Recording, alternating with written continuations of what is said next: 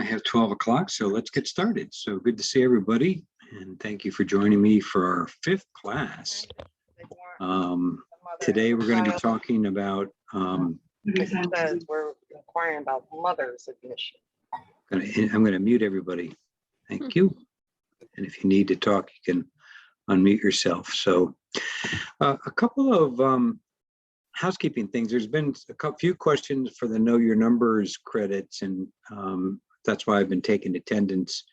You can get $100 credit for that. And basically the way I'm doing that is if you attend 4 out of the 6 classes, that's good. But even if you miss a class and you've done the recording and you read through the slides and you do the practices, just let me know. I mean, I take that on your honor as attendance. So just let me know. That's fine. I think the more important thing to me is that you do the practices, that you work on integrating this in to work and life, and really beginning to make it a habit. Speaking of which, I meant to add something in and I totally forgot. So I'll add that as an attachment, an article about developing the mindfulness habit. Just jot that down. All right, so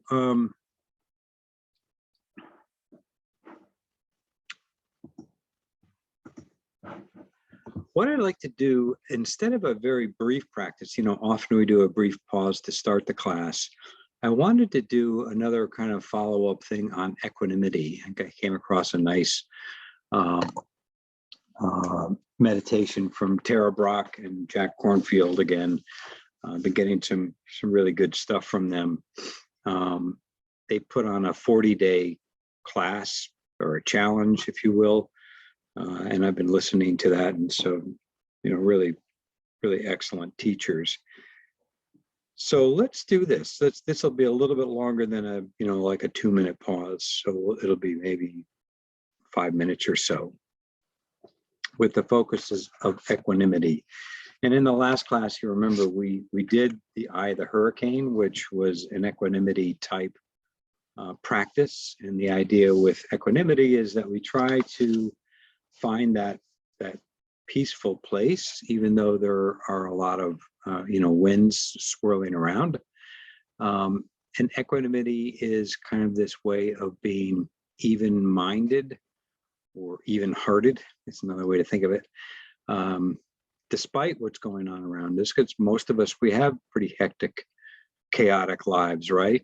And so these practices, and I think, again, with the regularity of doing these practices, it can help us get to that calm, balanced equanimity, even when there's a lot of stress going on in our lives. So let's do this practice. So taking your seat,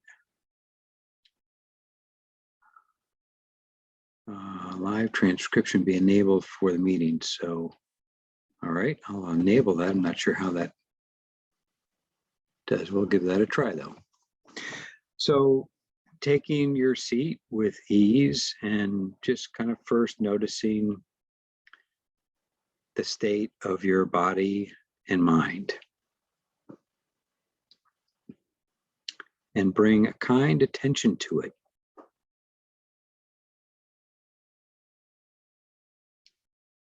And take a few deep, relaxing breaths. Lengthening the inhale, long, slow out breath, exhale. Allowing the body to settle and relax, but also allowing yourself to be attentive.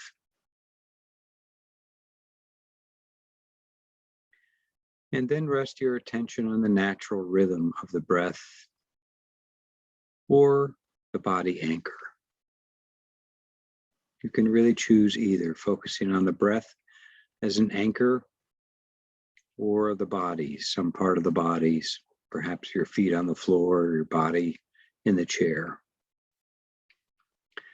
And as you quiet, sense the benefit of living with a peaceful heart. reflect for a moment on the value of living with balance and equanimity for yourself and for the world around you.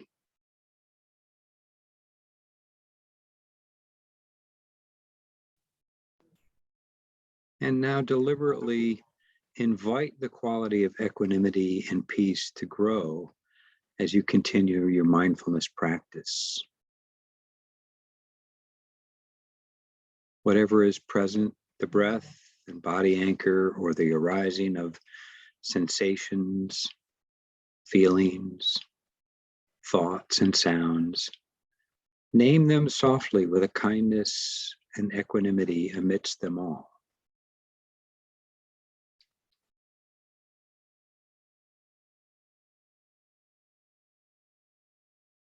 Equanimity acknowledges that all things have the nature to arise and pass away. Joys and sorrows, pleasant and painful events, successes and difficulties at work, people, animals, buildings, even whole civilizations. Invite equanimity to grow, reflecting to yourself, may I live amidst the challenges and changes of the world with a peaceful heart. May I live with a peaceful heart. Just repeating that to yourself. May I live with a peaceful heart. And let the sense of equanimity and balance grow as you recite, may I live with a peaceful heart. And as you continue to acknowledge the arising and passing of each experience. Now remember something that's been difficult in your meditation or your work life, and sense how you can meet this too with equanimity, living with a compassionate and peaceful heart.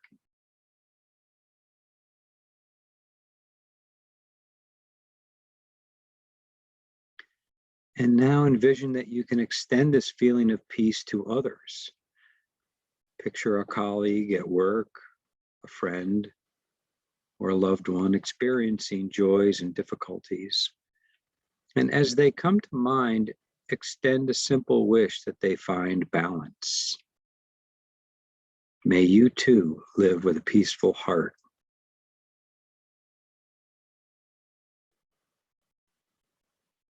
May you too live with a peaceful heart. And now maybe extend this wish to another colleague or friend or loved one. May you live with a peaceful heart.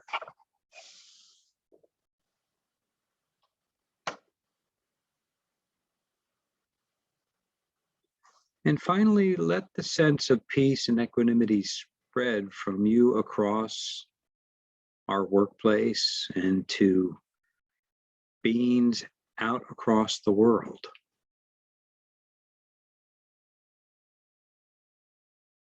And as you continue with the core practice of mindfulness and kindness, let the spirit of equanimity and a peaceful heart inform it and deepen as you do. And so to complete the meditation, just reconnecting with your anchor of the breath and body for a moment. Perhaps noticing what this feels like after doing that equanimity reflection. And when you're ready, opening your eyes as we finish and move on with the rest of the workshop. So just wanted to give you that kind of extra dose in a sense of equanimity. It's kind of an interesting concept, and feel free to put in the chat feature if you like what that was like for you. We're getting, these are a little bit different, and I included that one partly because, part of it is this reflecting with these phrases. May I live with a peaceful heart. May you live with a peaceful heart. And next week, actually, we're going to be doing a loving kindness meditation. And we're going to be talking about self-compassion. And part of that is that almost like rote, bringing to mind to your awareness somebody in your life and extending them well wishes. And it might seem kind of artificial, but the interesting thing is that the research really shows that even doing that on a regular basis, repetitive, kind of like resting in that is a great way to bring it to your mind and your heart.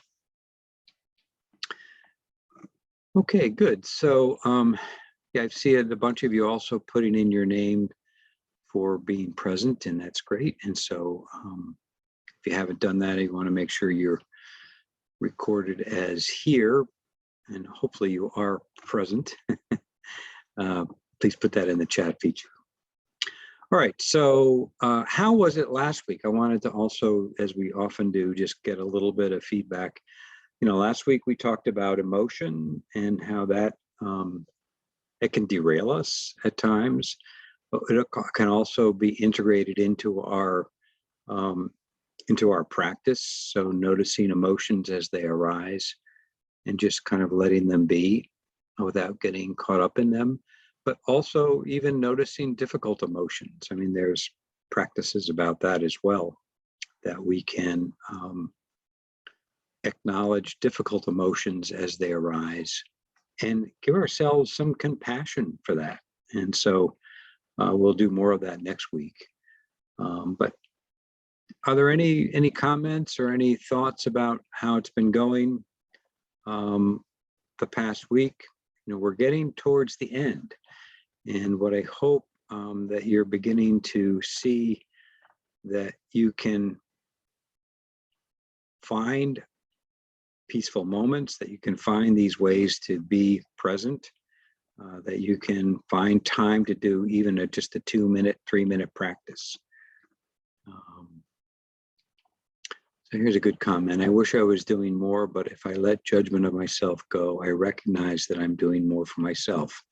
Yeah, that's a great insight. In our society, we're often thinking we should do more, and we need to do more, and we, part of our work, it's just there's so much pressure. And so I love that you said that, if we can be aware of that self-judgment, that maybe I'm not doing enough, or I'm not doing what I should be doing, but to try to find that balance. And that's really, I think, what it is, that I'm doing more for myself. That's a great observation. Thank you, Kathleen.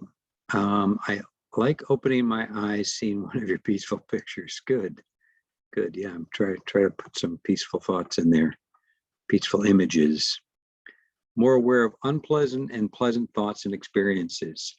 Yeah, thanks, Roberta, for saying that. That's part of the practice, of our informal practice.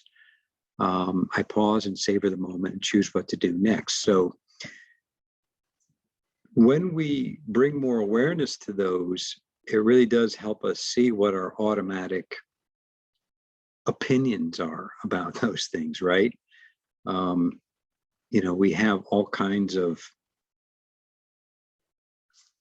thoughts and comments and editorials and things going on. So to really notice what's going on that are unpleasant, and maybe pausing and not automatically reacting, is a great practice.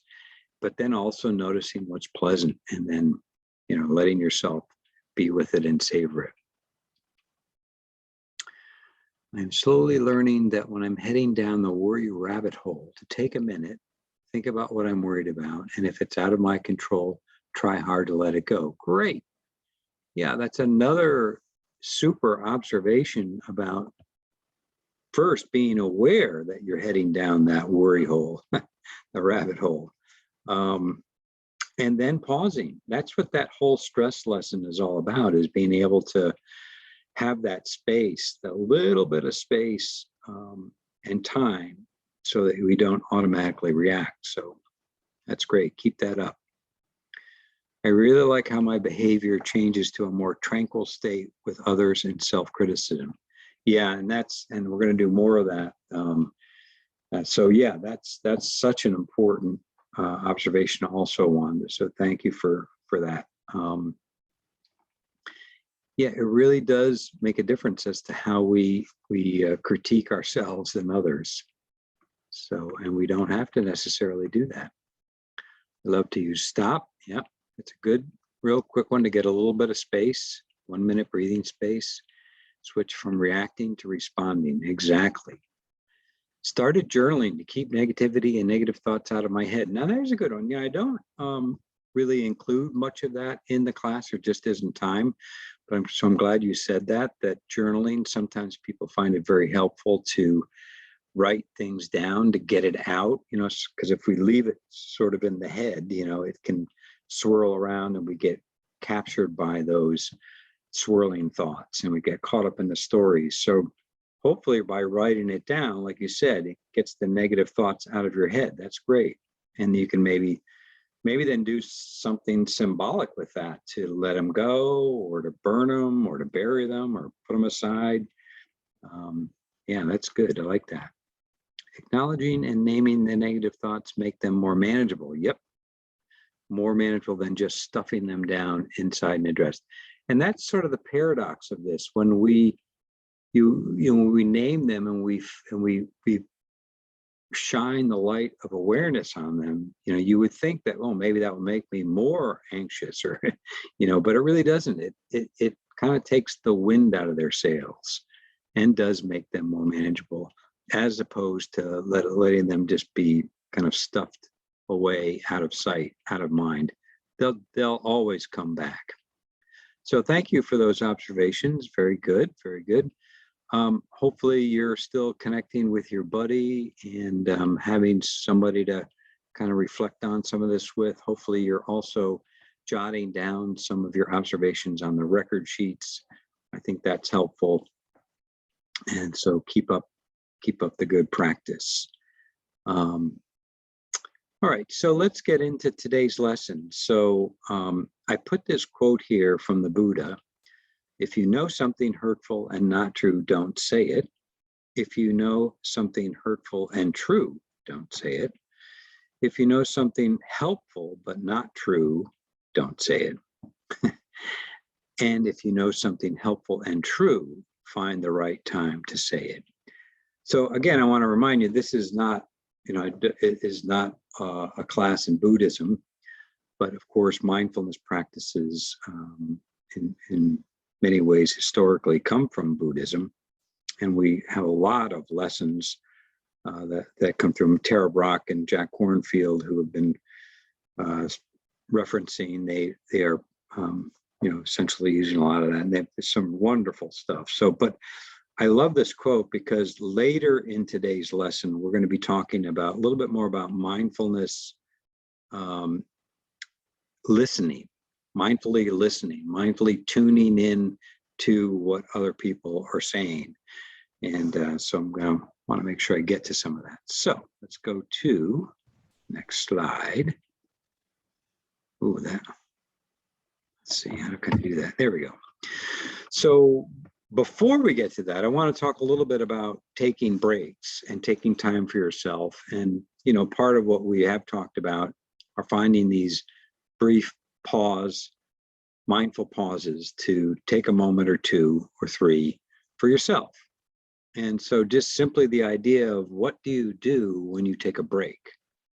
And hopefully you've begun to notice that if you choose carefully and maybe do some sort of mindful activity when you take a break, and even integrate it into, having a cup of tea or coffee, or when you're having a meal or taking a walk, that's a great way to integrate the practice. And that's kind of what today's lesson is about, is integrating it, but also taking full advantage of the break time. And if you're not taking enough breaks, finding ways to carve out some more mindful breaks for yourself. And of course, it's hard. And this particular Dilbert cartoon is, really gets to the heart of that, as well as to distractions and not really fully listening. This is, I think, kind of good commentary on our on our current state with our devices always in hand. Studies say people are losing their ability to focus because of all the digital distractions, Dilbert is saying to a colleague. And he goes, sorry, what? And it's because he was listening, he was looking at his phone. Dilbert then, oh, hold on, he's got a notification. And the other guy, what were you saying? So he goes, I don't know, probably wasn't important. So, obviously out of sync with each other and not listening at all. So we're going to spend some time later in the lesson doing that too. And again, just a reminder, this quote is, that we can find these ways to tap into a peaceful moment, even when we're having one of the craziest, most hectic days of our work lives. But you do have to take control of that, right? You have to make it happen. It's not going to happen for you. So you need to find ways, it reminds me of some places around the system are talking about trying to make the standard hour of a meeting less than 60 minutes, so maybe 50 minutes, so that you have time in between the next meeting, for example. And even if that doesn't happen, try to find ways to do that for yourself. But here are some other opportunities. And I know I mentioned this earlier, and I think I sent out the mindful driving script.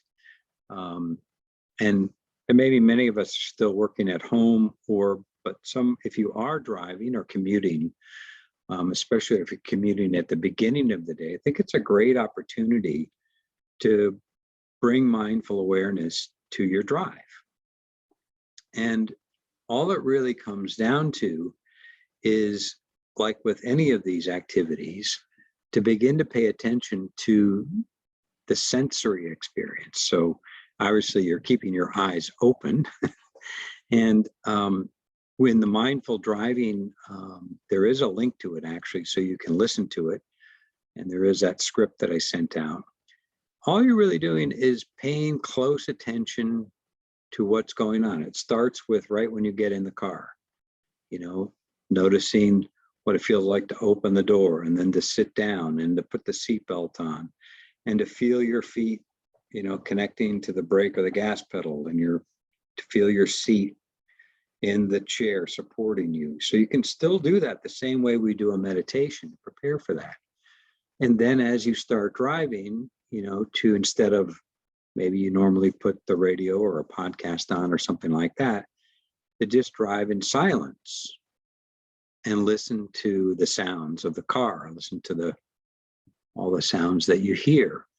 Or if it's maybe a little bit warmer, this is nice to do in the springtime, to open up the windows and feel the breeze and smell the smells and look at things as if for the first time. So it's kind of like that concept of beginner's mind, of experiencing that drive as if for the first time. And even if you've taken your commute, 1,000 times, try to really look for a different way to experience it.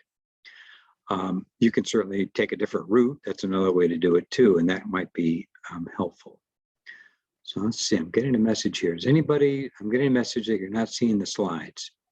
Is anybody seeing my slides? Let me know. Can either speak up or Seeing it. put it in the chat. Oh, yes. Yeah, See I the can slide? see them. You Yes, are, I okay. see them. Okay. Jim, I'm not sure why you're not seeing them. Check your settings on your end. Sounds like most people are seeing it. Anybody else not seeing it? Okay. All right. Well, I will be sending the slides out again afterwards, as I always do. So so anyway, try some mindful driving. It's really an interesting way. I've done this on longer trips as well, and it's a great way to kind of like pass the time in a different way. I sometimes will even listen to a meditation while I'm driving. Of course, you can't bring your full, and when you're sitting, in a room closing your eyes, that's a different thing. But there's sort of this middle ground, I think, of being able to bring mindfulness to your driving. or to your walking, or to all those things that we do throughout the day. And that's really the point of this part of the lesson, is how can you integrate and merge mindfulness practices into the things that you're already doing.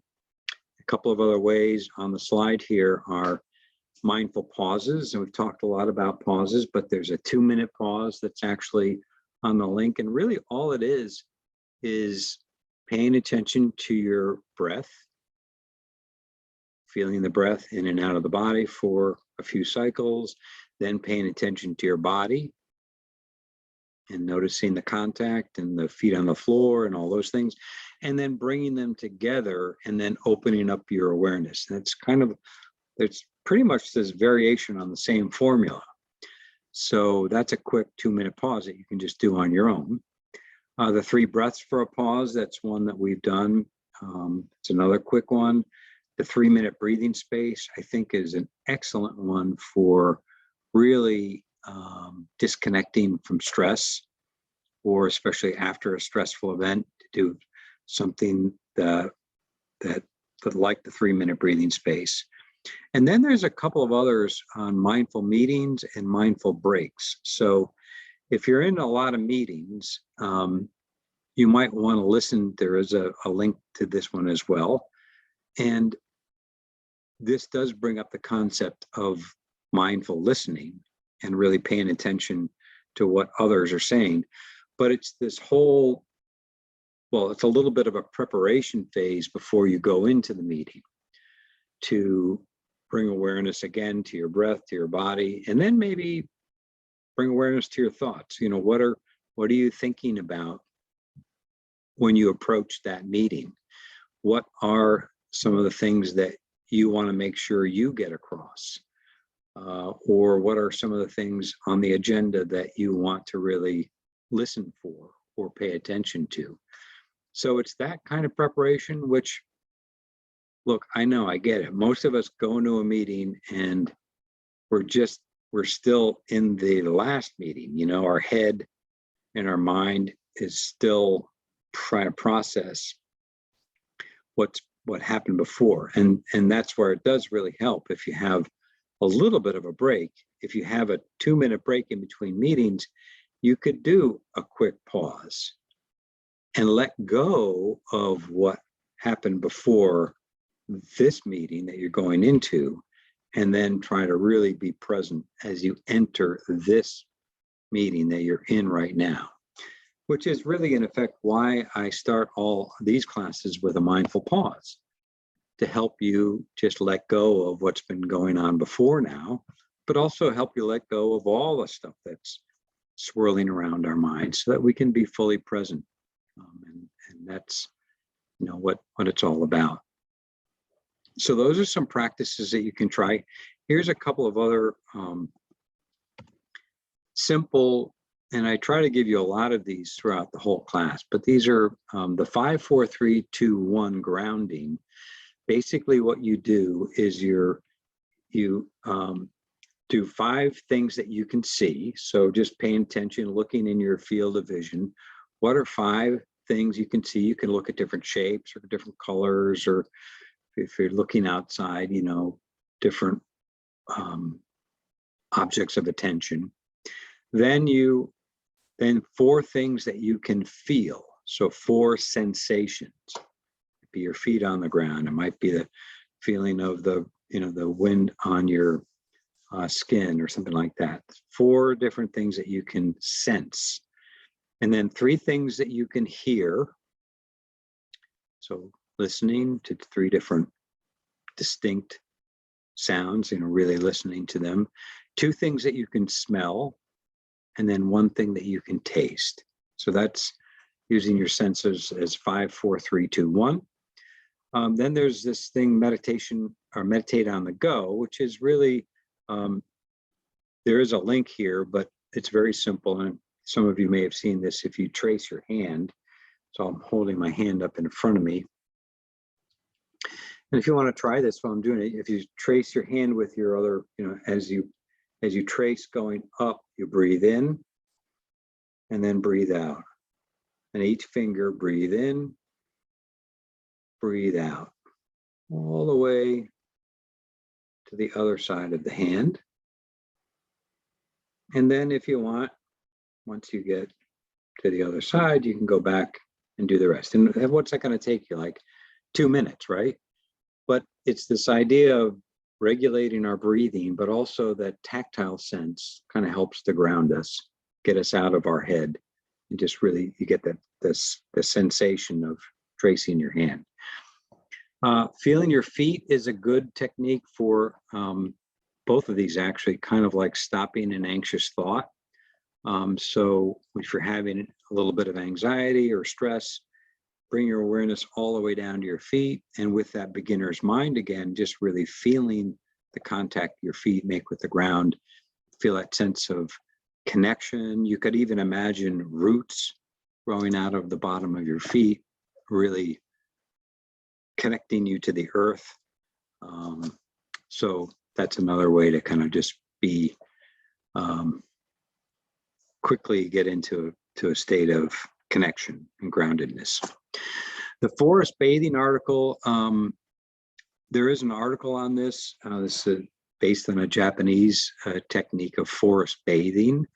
And it's, maybe we're not getting out as much now at this time of year, but whenever you get outside, just really immersing yourself into nature, really, again, using all the senses and just being in contact as much as possible with all the things you see, all the things you smell, the sensations, the whole experience of it, forest bathing. You could bring this to gardening if you're a gardener. It's not quite the time of year yet, but looking forward to that. You could certainly do that. There's a podcast called Meditative Story, and it's really kind of a nice one. It's immersive storytelling. The stories are usually only about 15 minutes long. And then the host of the podcast will occasionally remind you to be in touch with what's going on for yourself as you listen to the story.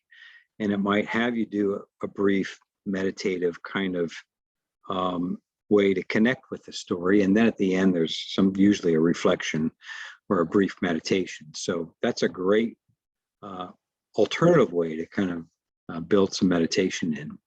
And it's just very interesting. And then the last link here, New York Times Fresh Start 10-Day Challenge. You may need a New York Times, but I think you can join this for free if you want to try it, if you can't get into that link. But that's a really nice, there's a 10-day, 10 different things you can do if you want to try to kind of refresh your practice. So those are some quick and easy things to try. But let's talk a little bit about breaks, and then I want to make sure I get to some of this other stuff. We know that taking breaks before we get burned out, before we totally get overwhelmed, is the best way, So that, again, it's a lot of what we're talking about is proactively making sure we take a break or take care of ourselves or do some things that nourish ourselves, right? So making sure that you try doing some things, whatever kind of really helps you to replenish, to refresh. Sometimes we end up taking breaks that aren't refreshing, that are somebody else's agenda, right? Or we end up taking a break and we work through a break. We eat and we work or something like that. So, really looking at how you take these breaks, how you spend your time, the amount of multitasking that you do. There's a couple of links at the end of today's lesson about multitasking. But at least when you're taking a break, to take some of that time to take and try some of these activities. That's the important thing about it. Now, if I were to give you a break right now for 15 minutes, I wish I could, but we don't have the time. But if I could give you a break right now for 15 minutes, what would you do? Take a look at this list and think about what's the next best thing for you to do on a break. Here's some options, okay? And maybe you do have so much to do that getting back to work and getting some things done would be the best thing. It would make you feel better. But if that's your choice, I would say, okay, when then are you going to take a little time for yourself? If you have something to get to, if there's a deadline or something, that's fine, and you got to get that done, then maybe you reward yourself with a 3-minute or a 5-minute or a little walk or a cup of coffee with a friend at work, something like that. So you kind of balance it for yourself. But if you just look at these, there's not really any of them that are right or wrong, but at least to include the things like plan a fun activity or find a quiet spot and do a mindful activity, or take a walk and not think about work. At least include those into your list of options, okay? All right, so here are just some other possibilities for mindful self-care pauses. Before we hit send on an email, take a deep breath, reread the email from the receiver's point of view. Use a password that helps you to be mindful. Maybe it's breathe, or something that resonates for you from one of these classes, and use that as your password. That'll remind you, right? Breathe mindfully while logging in and waiting for the computer, the copier, or whatever it is. So we have all these little natural pauses that you can use to, instead of busily figuring out what's to do next, stop that and do something mindful during those pauses. When you're waiting, this could be anywhere in the grocery store, for example, or down in the cafeteria or whatever. When you're waiting for something, just notice your body, your posture, the contact your feet make with the floor, tune into your breathing.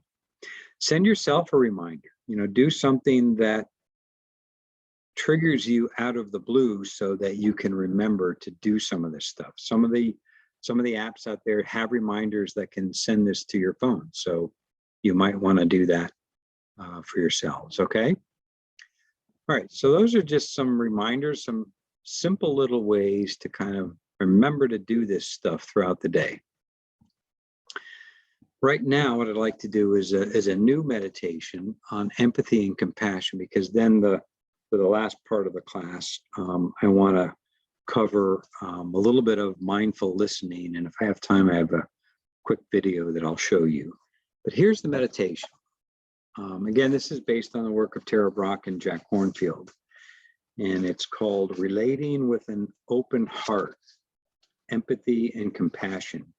And I like this one because of the empathy aspect of it, really trying to put ourselves in somebody else's shoes, which we can do when we're listening, to what, they're, instead of listening to what's going on our agenda, really trying to listen to what's they're trying to get across and what their agenda is. And so empathy really helps us do that.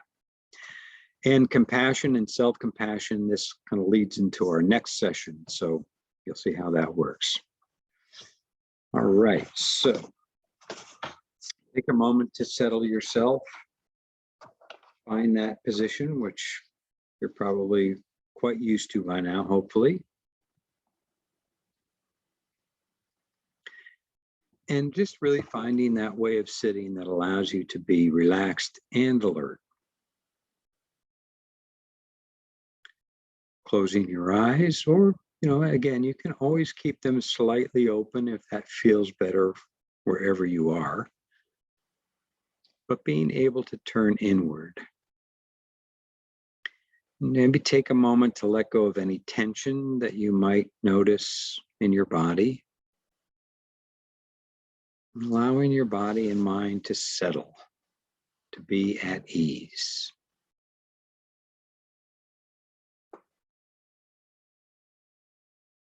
And bring your full attention to the natural rhythm and quality of your breath. As the breath flows in, allow yourself to receive this life energy.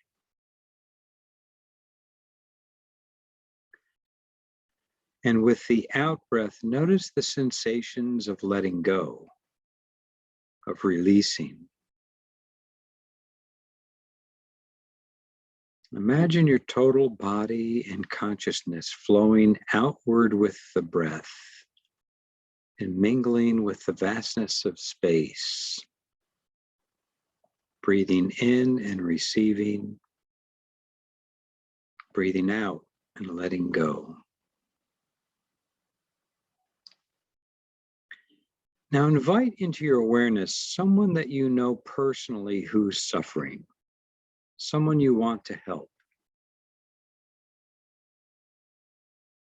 And as you bring this person to mind, you might imagine yourself in their circumstances, experiencing their particular fears or hurts, their sense of loss. Notice what it's like to look at the world through these eyes, to live inside this particular body, and to feel with this heart.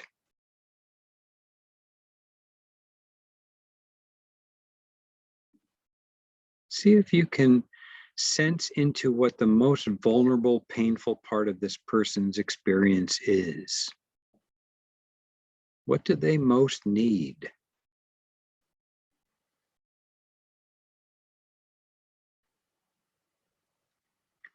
And as you sense what's needed, breathe in, letting this person's pain touch your heart.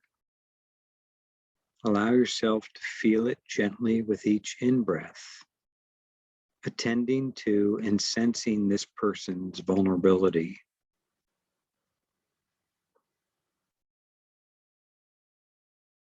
And as you breathe out, sense that you're releasing the suffering into a vast, caring presence. So you're breathing in and gently contacting the pain, breathing out and letting it go into the benevolence and love that fills this universe.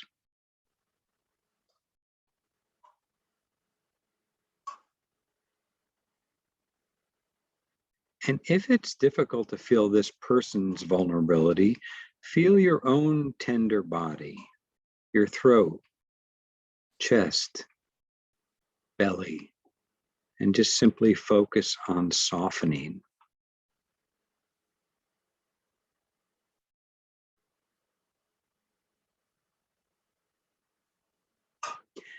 And if you find you have any resistance or difficulty finding compassion as your practice, hold this resistance too with compassion. Breathing in, feeling touched by vulnerability. Breathing out, offering your care, sensing how suffering is held in compassion.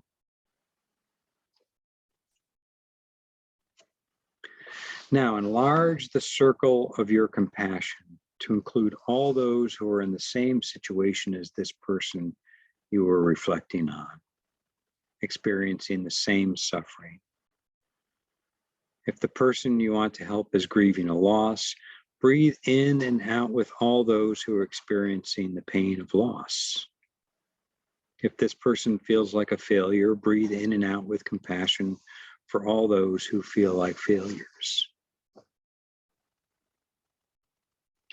Sense as you breathe in the unconditional willingness, tenderness, and receptivity of your heart. And sense as you breathe out the vastness of loving awareness that's here holding this world.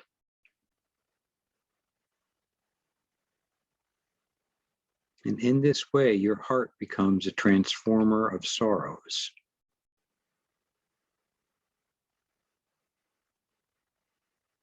Continue breathing,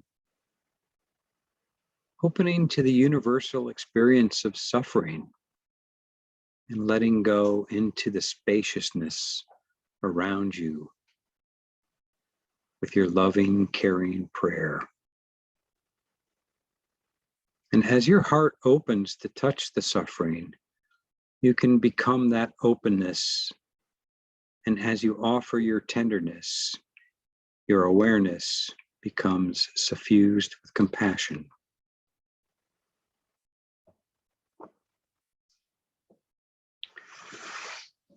So we can let go of those images and those reflections, and begin to recollect ourselves. And when you're ready, slowly opening the eyes, reconnecting with the space around you.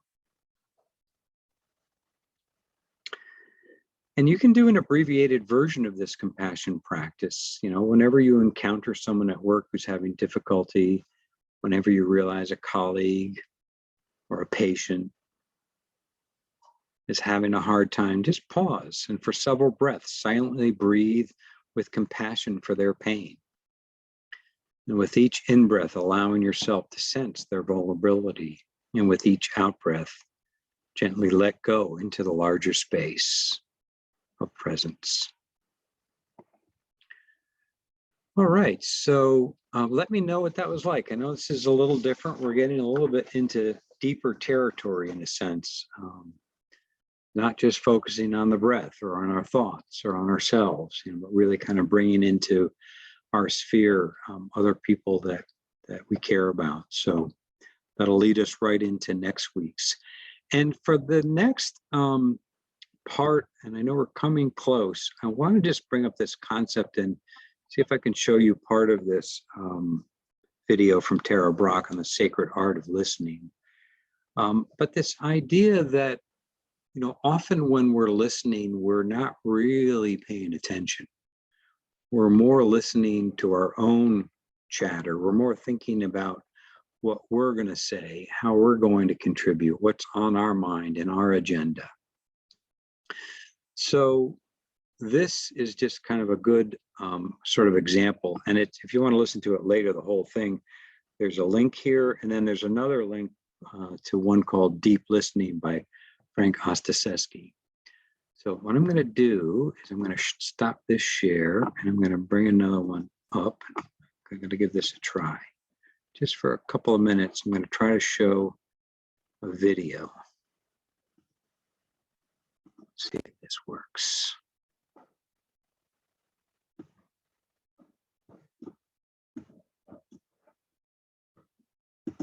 Now, can everybody see that with the YouTube Tara Brach there? Yes. Yes.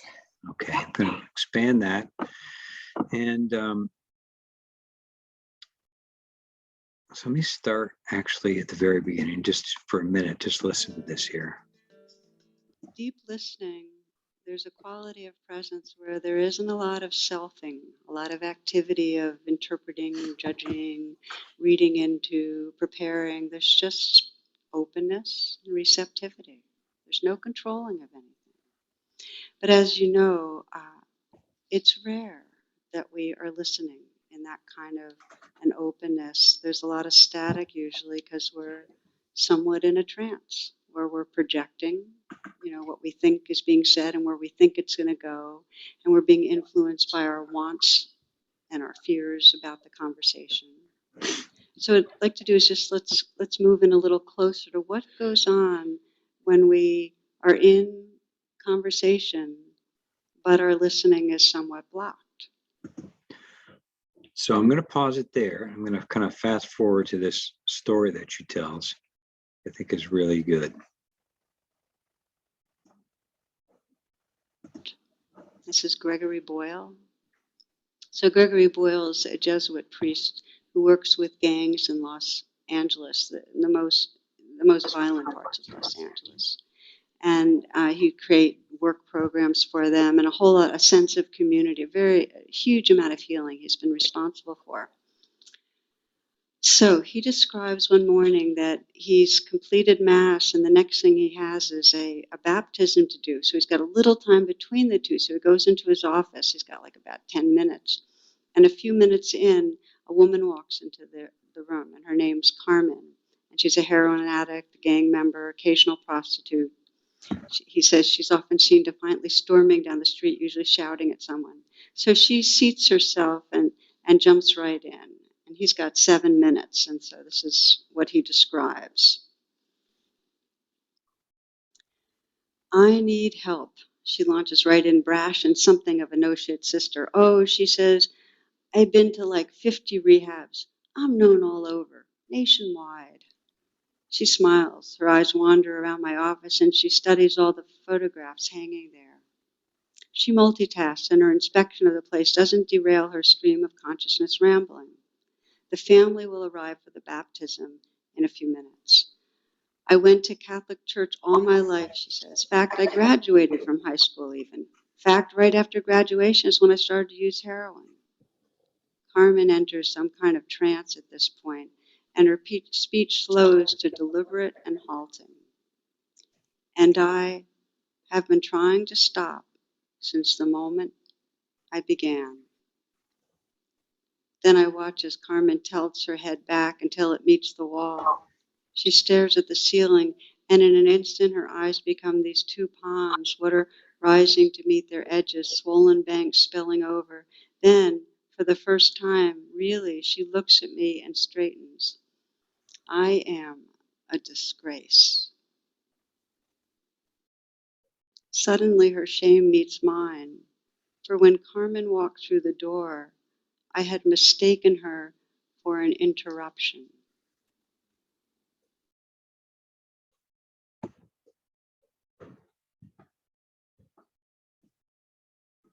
So you understand that when we have that mantra of I don't have enough time, what happens to anything that comes up? It becomes an object out there that's in our way. What happens to listening? We're not there for it.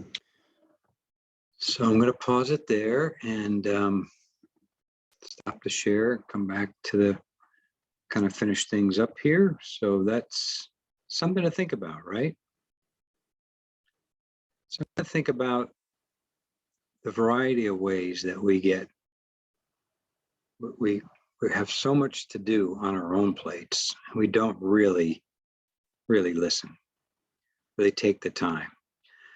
So part of what I'd like you to try to do, and if we were in a class, if we were sitting together in a class, I would run you through a mindful listening exercise, but kind of hard to do on Zoom.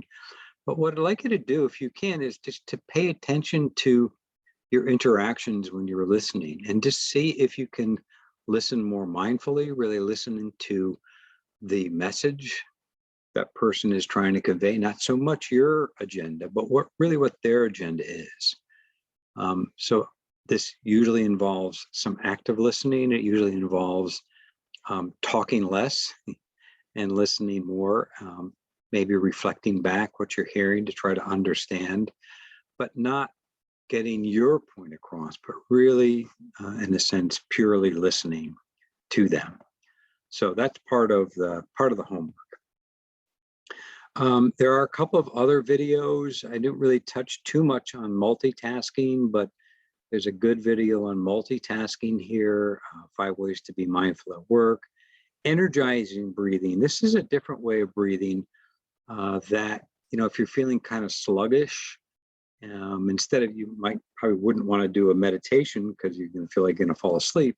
This is a way to kind of energize. It's real quick video, so you might want to try that. So for your formal practice, you can really choose between anything that we've done so far. Maybe there's something you want to go back to, or maybe you want to try one of the new ones on the meditation page, or whatever it is. So you can do whatever you like. The informal, try the mindful driving, or the pauses, or the meetings, or the 3-minute breathing space, any of those things. And also you'll see on the record form that I send, just what if you had some experience with trying some of the mindful communication and listening. I'm also going to send you, it's kind of hidden here, my mindfulness plan. And it's what I'd like you to begin thinking about, and we can talk a little bit more next week, is what is your plan going forward? After next week's class, that'll be the last class, although I am going to have a booster session, but still, what's your plan for doing a mindfulness practice on a regular basis for the formal piece, the informal? When are you going to do it? Which ones are you going to do? So really kind of mapping out what you're going to be doing going forward. And that'll be part of I'll put that on the email as an attachment.